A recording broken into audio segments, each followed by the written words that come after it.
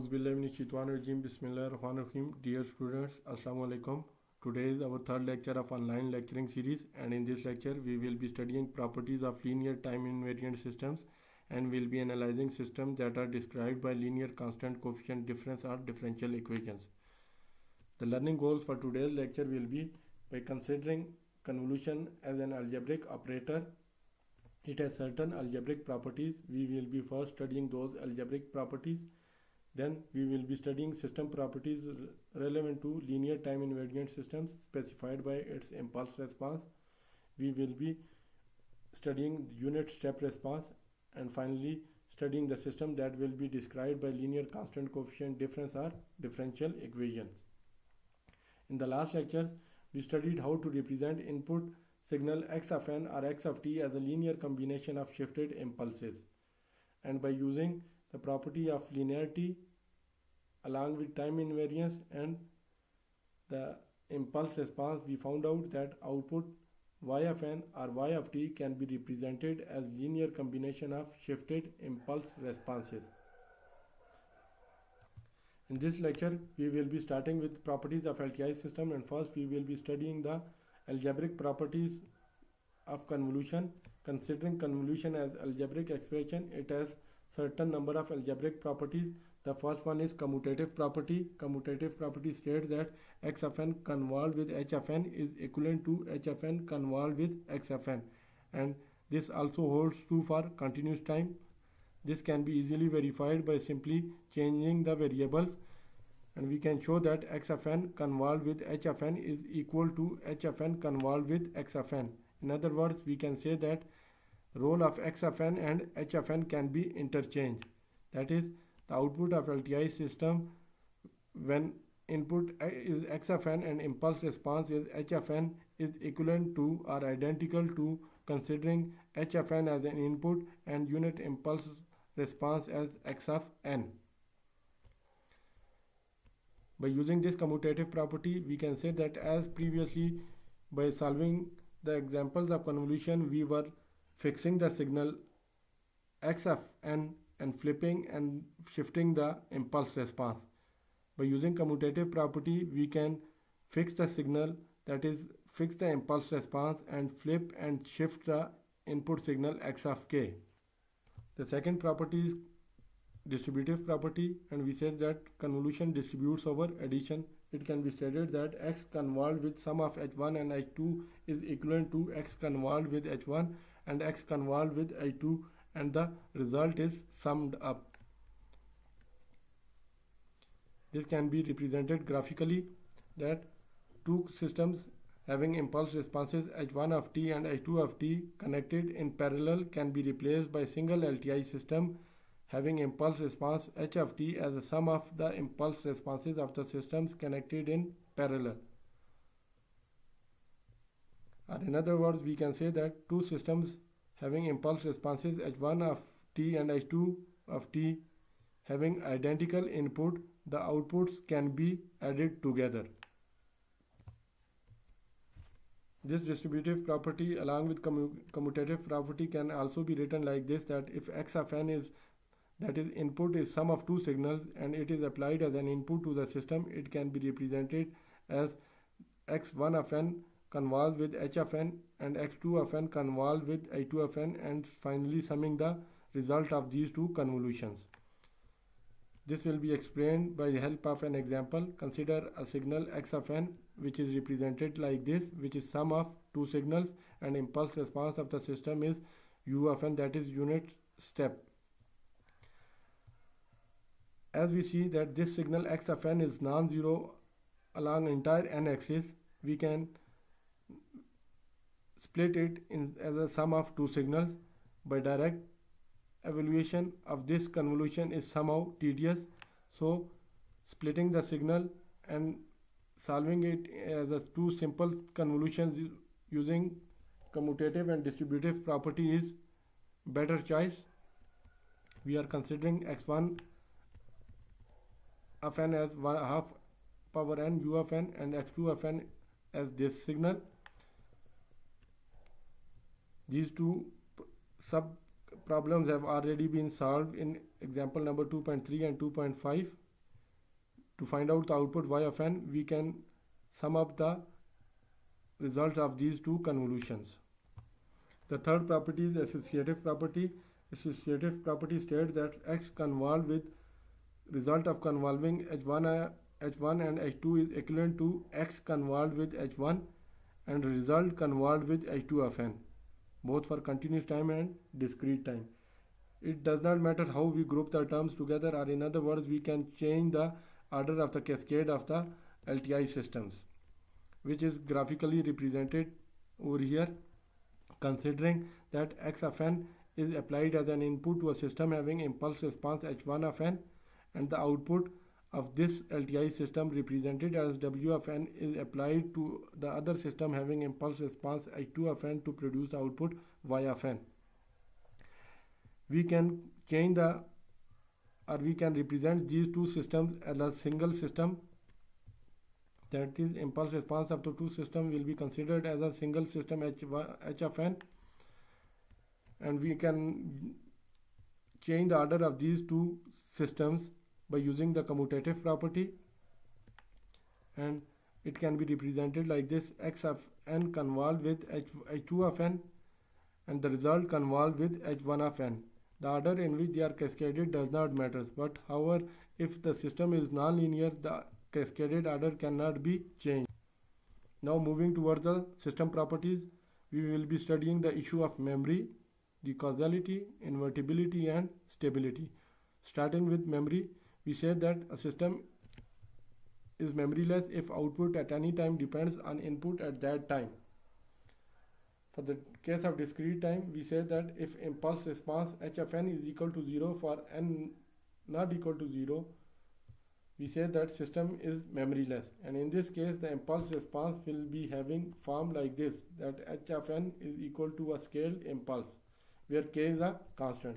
And convolution reduces to this relation, that is y of n is equal to k times x of n, as y of n is convolution of x of n with the impulse response, and impulse response of in the case of memoryless system is just an impulse, so the y of n will be the convolution of the input signal with impulse. If h of n is not equal to 0, that is impulse response is not equal to 0 for n not equal to 0, then we say that system has memory. Consider an input-output relation of a system given like this, which is y of n is equal to x of n plus x of n minus 1. First, to find out the impulse response of this system, we have to apply in unit impulse as an input, and the output will be represented as h of n. Then this output h of n will be equal to delta of n plus delta of n minus 1. The impulse response is non-zero for n is equal to 1, so we say that this specific system is having memory.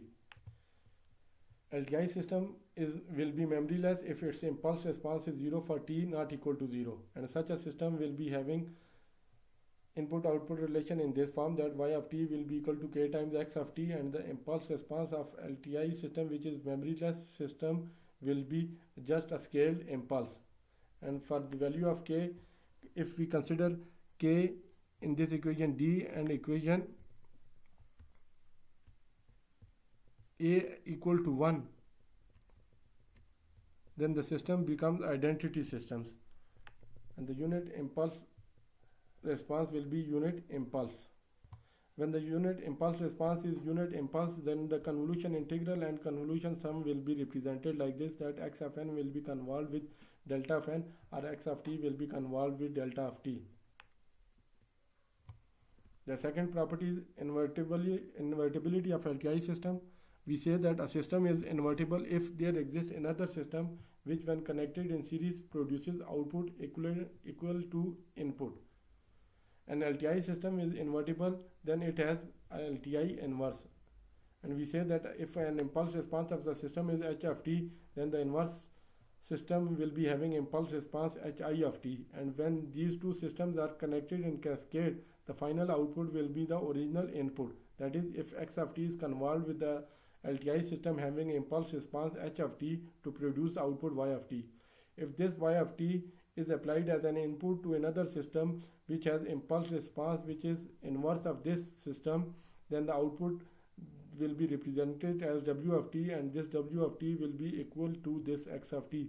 In other words, we say that when system and its inverse are connected in cascade, the input is equal to output. And when the systems are connected in cascade, their convolution of their impulse responses is just an impulse, both in continuous time and discrete time. Consider an example to study the invertibility of a system. We have been given with the input-output relation of the system where y of t is equal to x of t minus t naught. It means that y of t is just a delayed version of the input x of t. This is a time shifting system, and this system will be producing delay if t naught is greater than 0, and it will be producing, or it will be advancing the output if t naught is less than 0.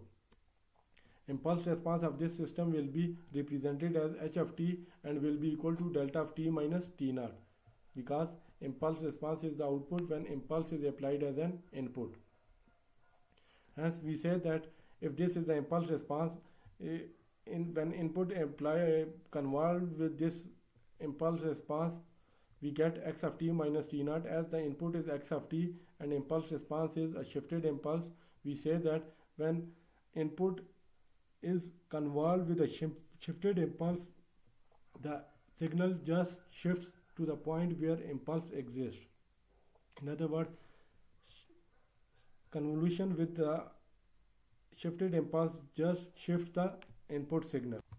To recover the original signal x of t from this x of t minus t naught, that is, to invert the system, we have to shift the input back. Hence the system with compensating time shift is inverse.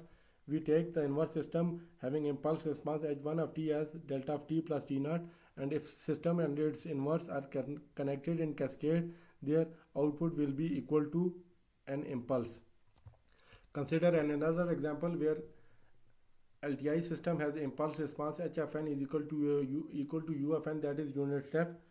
Using the convolution sum, the response to arbitrary input x of n will be represented as y of n is equal to this, and we know that u of n minus k is equal to 0 for n minus k less than 0, and will be equal to 1 for n minus k greater than equal to 0. So this equation becomes y of n will be equal to k is equal to minus infinity to x to n x of n. This is a summer or accumulator. It adds all the previous values of the input to produce the output. And this summing or accumulating system has an invertible as an inverse, and the inverse is given like this: y of n is equal to x of n minus x of n minus 1, and this inverse is simply a first difference. Choosing our input x of n is equal to delta of n, h of n will be equal to, that is, impulse response will be equal to delta of n minus delta of n minus 1, and considering this as impulse response of inverse system and connecting it with cascade with the system having impulse response u of n, we should get an impulse. So the convolution of system and its inverse is written like this: u of n will be convolved with sum of delta of n minus delta of n minus 1, u of n will be convolved with delta of n, and u of n will be convolved with delta of n minus 1. Both the convolution output will be subtracted. We know that u of n when convolved with impulse will produce u of n, but when u of n will be convolved with shifted impulse, it will produce u of n minus 1 shifted unit step, and their difference will be an impulse. So we say that when a system is accumulator, its inverse system is first difference. From previous knowledge of chapter number 1, we say that a system will be causal if the output at any time depends only on past and present values of the input. So for causality of LTI system, we say that LTI system will be causal if y of n must not depend on x of k for k greater than n, or in other words, we can say that h of n should be equal to 0 for n less than 0. It means that for an LTI system to be causal, its impulse response should be equal to 0 for n less than 0. We say that impulse response must be 0 before impulse occurs, and this is equivalent to condition of initial rest. According to a convolution sum becomes h of n as h of n is equal to 0 for n less than 0. this convolution sum will be represented like k is equal to minus infinity to n, or it can be represented like this. And same will be case for continuous time. We say that causality is property of the system. However, we can define a signal to be causal, and if a signal is 0 for n less than 0 or t less than 0, we say that this is a causal signal. An example is of unit step both in continuous time and discrete time. We say that unit step is causal signal. The last property is stability of LTI system. And in the previous chapter number 1, we said that a system is stable if a bounded input produces a bounded output. This is known as Bibo stability. In order to determine when LTI system is stable, the condition will be as x of n, that is our input is bounded, x of n is having for some finite value. B, if this input is applied to an LTI system with impulse response h of n, the output will be represented like this. That is y of n is equal to convolution of x of n with h of n.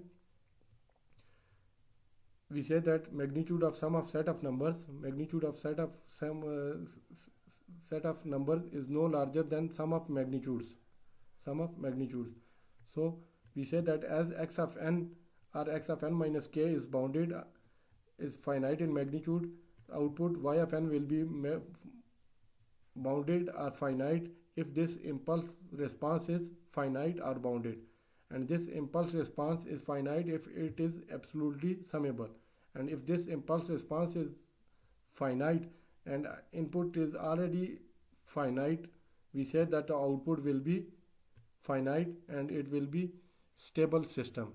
So for the stability of system, we say that its impulse response should be absolutely summable for the case of continuous time, for the case of discrete time, and it should be absolutely integrable for the case of continuous time. Next, we move towards defining unit step response of an LTI system. Unit step response of an LTI system denoted by S of n or S of t for discrete time or continuous time is the output of system when unit step is applied as an input. We say that unit step response is the convolution sum of unit step with impulse response, which is S of n convolved. S of n is equal to convolution of U of n with impulse response of LTI system. Using the commutative property, we can change the order and it can be represented as S of n is convolved. S of n is equal to convolution of H of n with U of n, which can be viewed as response of an LTI system to input H of n when the impulse response of the system is U of n. As we know that U of n is unit impulse response of the accumulator, so the step response is running sum of impulse response. Hence H of n can be recovered from this. H of n can be recovered from this impulse step response using first difference, and H of n will be equal to S of n minus S of n minus 1. This is equivalent to the derivations which we have already studied in chapter number 1 in the relation of unit step with unit impulse. As we had said earlier that unit step is running sum of unit impulse, so unit step will be running sum of unit impulse responses, and impulse response is first difference of step response, which was studied as impulse was first difference of unit step. Similarly, for continuous time, step response of LTI system with impulse response H of t is given by this, that is S of t is equal to U of t convolved with H of t, and we can say that S of t is running integral of impulse response, and in this impulse response can be represented as derivative of unit step response. As impulse response is used to characterize an LTI system, unit step response can also be used to characterize an LTI system, since we can calculate the unit impulse response from its unit step response, both in continuous time and discrete time. Now moving towards the last topic of this lecture, that is causal LTI system described by difference or differential equation. An important class of system is that for which input and output are represented as linear constant coefficient differential equations. Equations of such type arise in description of variety of systems. For example, the response of RC circuit or motion of a car or accumulation of savings in bank accounts can be described through linear constant coefficient differential equations. A general nth order differential equation is given like this. Consider a first order differential equation represented like this. Here x of t is the input and y of t is the corresponding output of the system. This differential equation provides implicit specification of the system, and to obtain explicit specification of this system, we must solve this differential equation. For the solution of this differential equation, we must specify the auxiliary conditions.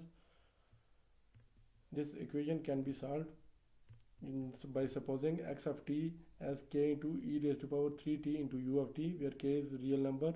So the solution y of t will be sum of particular solution and homogeneous solution.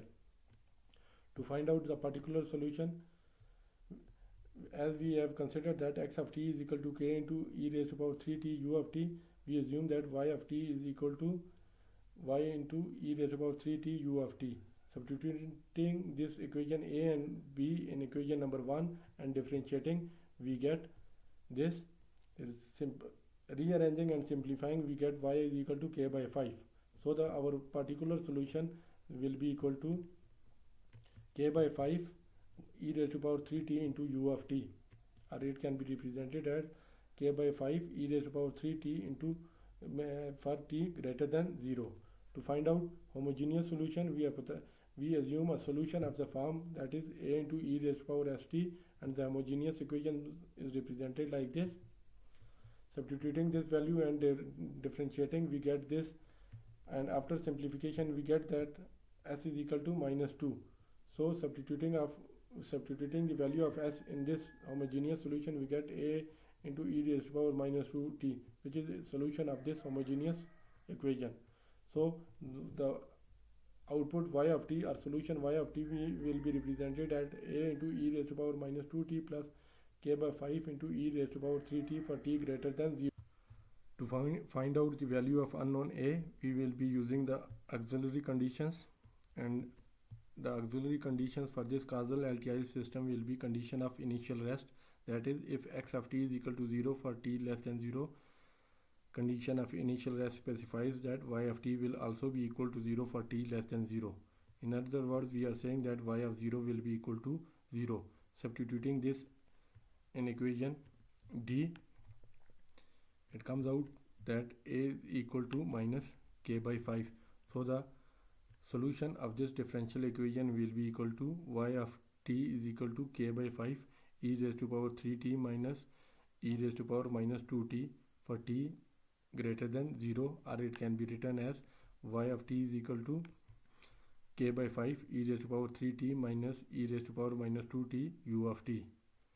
Conditions of initial rest specifies that system is causal, that is, response is 0 until the input becomes non-zero. That is, if x of t is equal to 0 for t less than 0, y of t will also be equal to 0 for t less than 0. Now to study the linear constant coefficient difference equation, we consider a general nth order differential equation. The solution of this equation can be again represented as sum of particular solution and homogeneous solution, and the homogeneous solution represented like this is often called as natural response of the system. As in the continuous time case, this equation represented in equation A, which is a discrete time differential equation. This does not represent the output in terms of input x of n. We can specify the auxiliary conditions, and auxiliary condition can be chosen as condition of initial rest, as the system is considered as causal. So the condition of initial rest is equal to, if x of n is equal to 0 for n less than n naught, then y of n will be equal to 0 for n less than 0. This differential equation represented in A can be solved in the manner similar to equation solved in the case of differential equation. But this difference equation can be solved using an alternative scheme, and this can be observed by rearranging the equation A in the form of this. Here equation B represents output at time n in terms of previous values of input and output. This equation B is called recursive equation. For n less than 0, this equation B becomes This y of n is equal to summation k is equal to 0 to m b of k over a0 into x of n minus m. Here y of n is explicit function of previous and past values of input x of n, and the impulse response can be directly found out as h of n is equal to b0 over a0. The impulse response defined over here is known as finite impulse response, and it is normally referred as finite impulse response filters. Consider a difference equation, that is y of n is equal to 1 by 2 y of n minus 1 equal to x of n. To represent y of n in terms of x of n and previous values of output, we represent it by rearranging the terms, and y of n will be equal to x of n plus half y of n minus 1. To calculate the value of 1, we need the previous values of y of n minus 1, and for this we need auxiliary conditions or initial conditions, and will be considered as condition of initial rest. First, we suppose that x of n is equal to a scaled impulse, that is k into delta of n.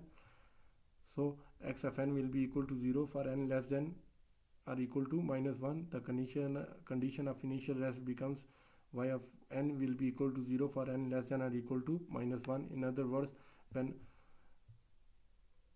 x of n is equal to 0, y of minus 1 will be equal to 0. So to successfully solve this equation, we first find out y of 0 will be equal to x of 0 plus half y of minus 1, and over here x of 0 is equal to k and y of minus 1 is equal to 0, so y of 0 will be equal to k. For the next value of y of 1, it will be represented as x of 1 plus half y of 0. X of 1 will be equal to 0 as x of n is equal to an impulse, and impulse is only defined at n is equal to 0, so x of 1 will be equal to 0. In this case, the output y of 1 will be equal to 0 plus half y of 0, and y of 0 is equal to k, so the y of 1 will be equal to 1 by k, 1 by 2 into k. Similarly, y of 2 will be x of 2 plus half y of 1, and in this case x of 2 is equal to 0. Substituting the value of y of 1, it is equal to half k, so it comes out to be 1 by 2 square into k. Solving recursively, we say that y of n will be equal to 1 by 2 raised to power n into k. Setting k is equal to 1, we get impulse response of this system h of n is equal to 1 by 2 raised to power n into u of n, and this is infinite impulse response. That is, the impulse response of this system is of infinite duration, and this is normally represented as IIR filters, infinite impulse response filters. Normally, the block diagram representation is used for representation of linear constant coefficient differential equations, and in this case we will be representing our first order differential equation in the terms of block diagrams. The normally used blocks are block for addition and block for multiplication, and in case of difference equation, a block for delay term is used, and it is represented like this. So implementing this equation in terms of block diagram, we will be utilizing these three blocks, and this equation will be represented like this. Similarly, a differential equation of first order can be represented like this, and it will be represented in terms of block, again using the commonly used blocks, and over here this delay will be representing a derivative term. So till this point we have studied chapter number 2, in which we started with representing a signal as a linear combination of shifted and scaled impulses, and using the property of linearity and time invariance and impulse response, we defined the convolution sum and convolution integral. After that, we solved some examples of convolution both in continuous time and discrete time. Then we studied some mathematical or algebraic properties of convolution by considering it as an algebraic operator. Then we studied systems property related with linear time invariant systems, and finally we studied systems that are described by linear constant coefficient difference or differential equations. From next lecture, we will be starting chapter number 3, that is Fourier series representation for periodic signals.